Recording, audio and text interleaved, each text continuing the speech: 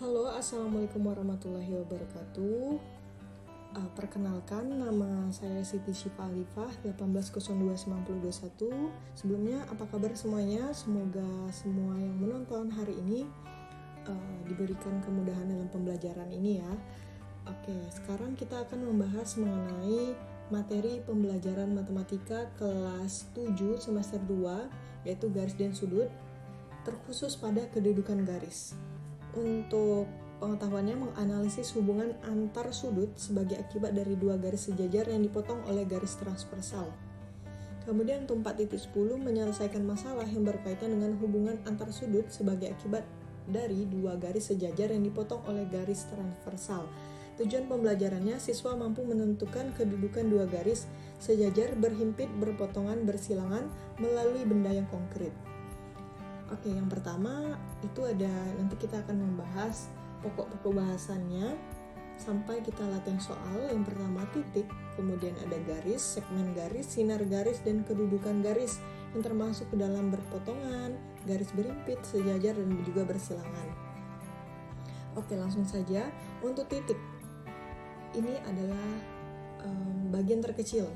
Titik ini merupakan bagian terkecil dari geometri karena dia tidak memiliki ukuran tertentu, baik panjang, lebar, maupun tebal ataupun tinggi, sehingga titik ini disebut dengan undefined object atau objek yang tidak dapat kita definisikan.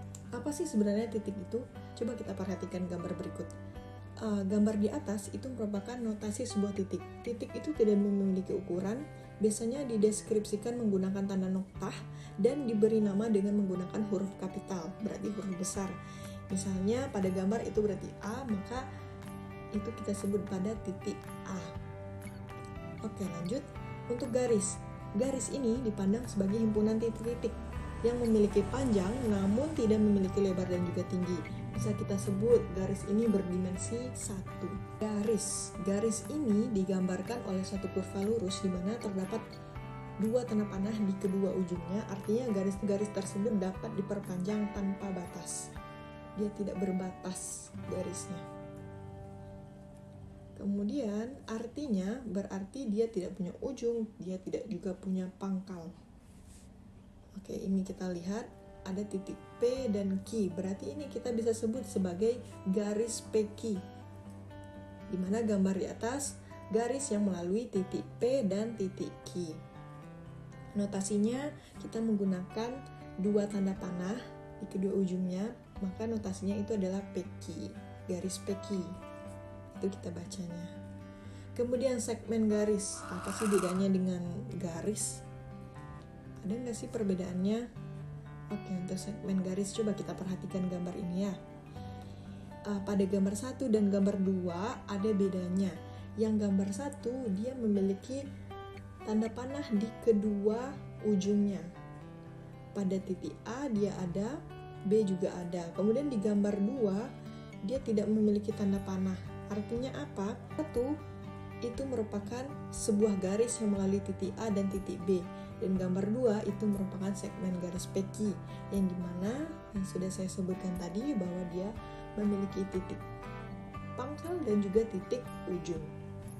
Jadi ya itu, ukurannya sampai PQ saja, tidak bisa diperpanjang. Sehingga kita dapat simpulkan bahwa segmen garis adalah sebuah kurva lurus yang mempunyai pangkal dan ujung. Artinya segmen garis ini tidak bisa diperpanjang. Oke, lanjut. Untuk notasinya seperti ini ya. PQ, garis seperti garis saja tanpa ada tanda-tanda panah di kedua ujungnya. Oke, sinar garis. Coba kita lihat ilustrasi ini. Ini adalah senter.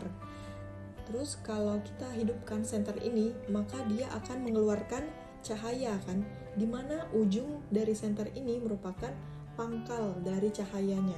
Kemudian jika kita senterkan, cahaya itu akan berubah-ubah panjangnya kan, dia akan berubah-ubah tergantung ketika kita meletakkan senternya. Kita hadapkan senternya kemana, maka senter itu akan mengikuti cahayanya, maka cahayanya akan mengikuti. Oke. Hingga sinar garis, coba kita lihat untuk lebih lanjutnya, kita perhatikan gambar berikut. Berarti gambar 1 ini merupakan ruas garis ya. Karena sudah kita lihat tadi, dia punya pangkal, dia punya ujung. Tetapi kalau sinar garis, dia punya pangkal, tetapi dia tidak memiliki ujung. Seperti contohnya senter tadi kan, makanya dia ukurannya itu berubah-ubah. Nah, gambar 1 itu segmen garis, gambar 2 itu sinar garis yang melalui titik E dan titik F. Kita notasikan sebagai EF, sinar garis itu kita baca tanda panahnya hanya 1. Jadi kita dapat simpulkan bahwa sinar garis adalah sebuah kurva lurus yang mempunyai pangkal tapi tidak memiliki ujung. Berbeda kan dengan segmen garis tadi, kalau segmen garis dia punya pangkal, dia punya ujung. Tapi kalau sinar garis dia memiliki pangkal tapi tidak mempunyai ujung. Oke, materi kelima itu kedudukan garis. Kedudukan garis ini ada beberapa, yaitu garis sejajar, berimpit, berpotongan, dan bersilangan. Bagaimana sih cara kita mengetahui bahwa itu merupakan garis sejajar atau berimpit atau berpotongan dan bersilangan?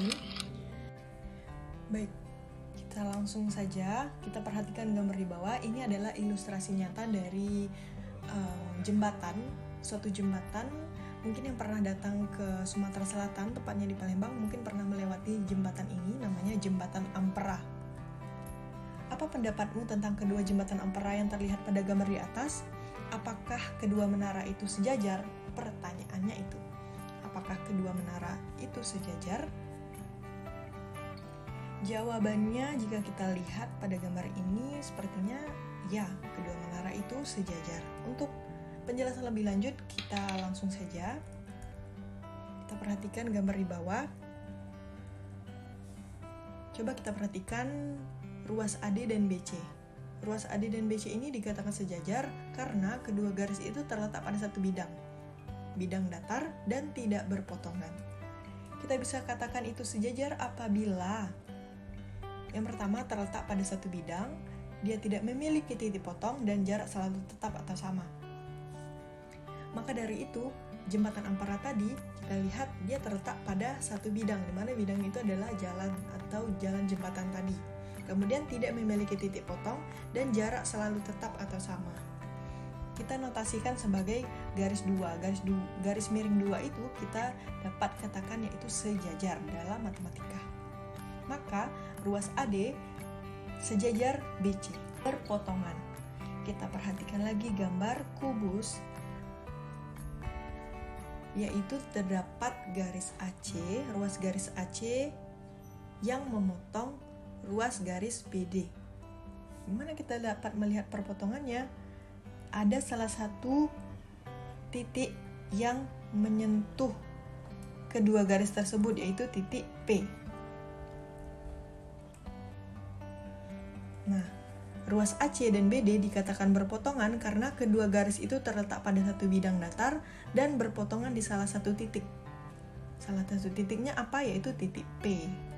Titik P-nya ini disebut titik potong. Maka AC itu berpotongan dengan BD, di mana P itu adalah titik potong. Mengerti? Oke, kemudian bersilangan. Apa sih perbedaannya berpotongan dan bersilangan? Kalau menurut pemikiran Ananda mungkin hampir mirip ya, tetapi ada perbedaannya. Coba kita lihat. Perhatikan gambar berikut.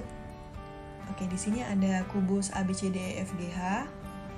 Kemudian ada garis BC yang diperpanjang, kemudian EA yang diperpanjang, di mana ruas AE dan BC ini disebut bersilangan karena keduanya terletak pada bidang yang berbeda dan tidak sejajar maupun berpotongan.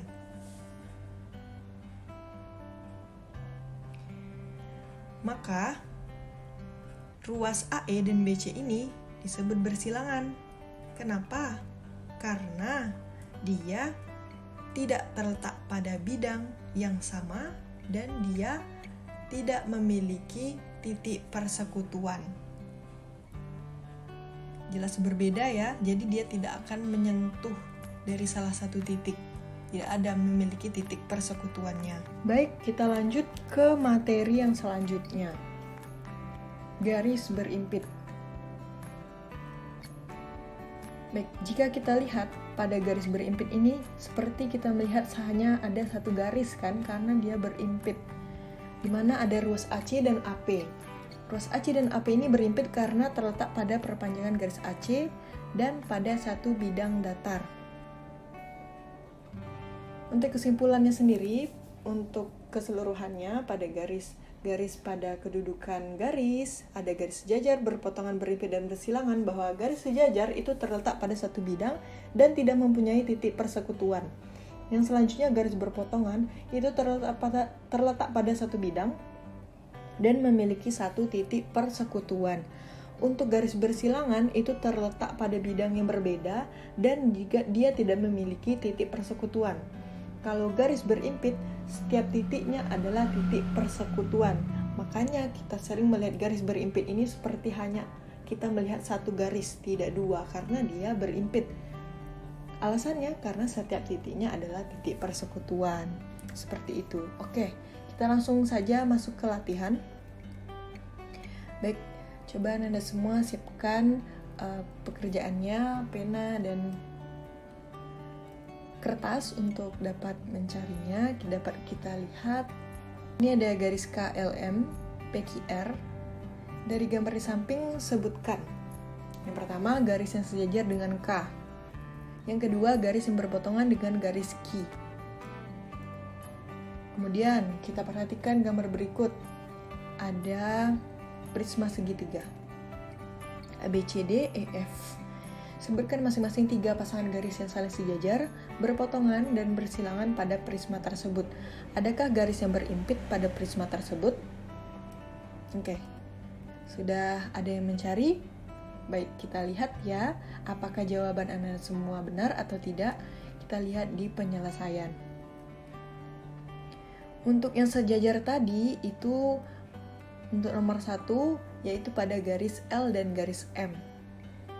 Kemudian yang kedua tadi, berarti itu adalah garis K, garis L, dan garis M. Yang kedua, untuk yang sejajar, garis BE dengan garis CF, garis BC dengan garis EF, garis AB dengan garis DE.